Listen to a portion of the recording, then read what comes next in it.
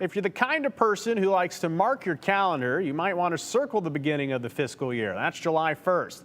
That's when a slate of new laws hit the books here in the Gem State. Some deal with your kids, some deals with your car, some deals with Cursive. Hunter Funk walks us through what's changing, what's staying, and what you should know before July. Long before we had texts and tweets, we had the twist and turn of cursive letters. And come July 1st, Idaho schools won't just teach cursive. They'll have to make sure students are proficient in it by 5th grade. There's several reasons. One is security. A signature is like your fingerprint. It's essential for legal and financial documents. There's cognitive benefits. It boosts brain development. It helps with literacy and fine motor skills. It helps children with dyslexia and other learning disabilities. Not everyone was sold on the script. Senator Kevin Cook says most kids are signing things digitally now. And to him, cursive belongs more in calligraphy class than in curriculum. I'm not excited about making this a required proficiency at this point. I just think we move forward and we lose some stuff, but hopefully we still have some specialized people that love that will always be concerned about writing that. But now it's the law. From pencils to prisons, another law sparking far more controversy, House Bill 264. It expands Idaho's transgender bathroom law, extending it from K through 12 schools to include universities, women's shelters, and even women's prisons. We have made it illegal for a young woman to invite a young man over to her dorm room. We just heard that we're chasing down these culture war issues. I don't believe we're chasing them down. I think bills like this, we're actually pushing back. So this is about protecting girls and women. And it's hard to tell sometimes if somebody is a man or a woman. And that, therefore, the purpose of the bill is stated to protect women, but now you're potentially opening the door to harass. The law requires those public spaces to label restrooms, changing rooms, and sleeping areas as male or female, based solely on biological sex. Hey, hey! Ho, ho! It sparked a protest in April after the governor signed it into law.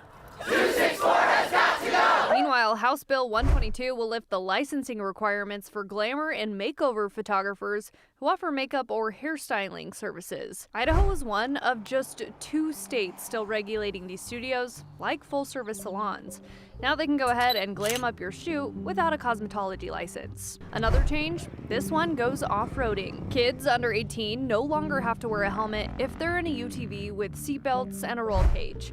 But kids 16 and under do have to buckle up while the UTV's moving or risk a $50 ticket. Back on the road, this law is for teens or anyone who just got their learner's permit. They've now got double the time to practice. Instruction permits and motorcycle permits will now last a full year instead of just 6 months. And for all drivers, you now get a little bit more breathing room on the road.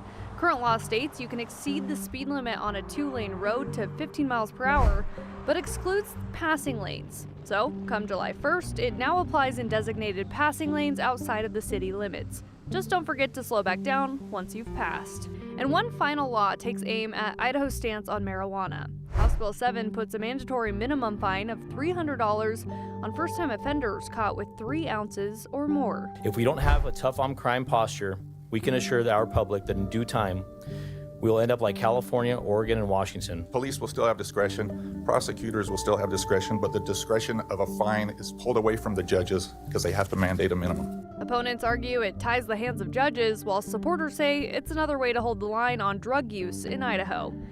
7 new laws, some small, some sweeping, but all go into effect July 1st.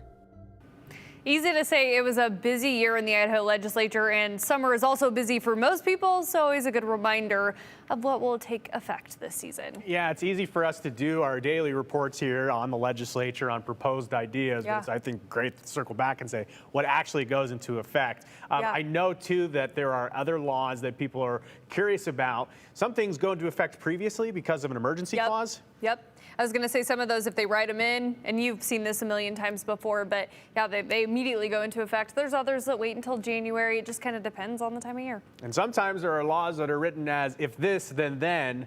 Remember the Dobbs decision, of course. Idaho had their abortion laws on the books for years, and then the Supreme Court had actually triggered that quite some time later. So some legislative intricacy there. Of course, this will be available later at ktvb.com. If you're curious what goes into effect on July 1st, of course, those tax cuts too, Hunter. Yep. We will see what the budget future looks like here in Idaho. Yeah.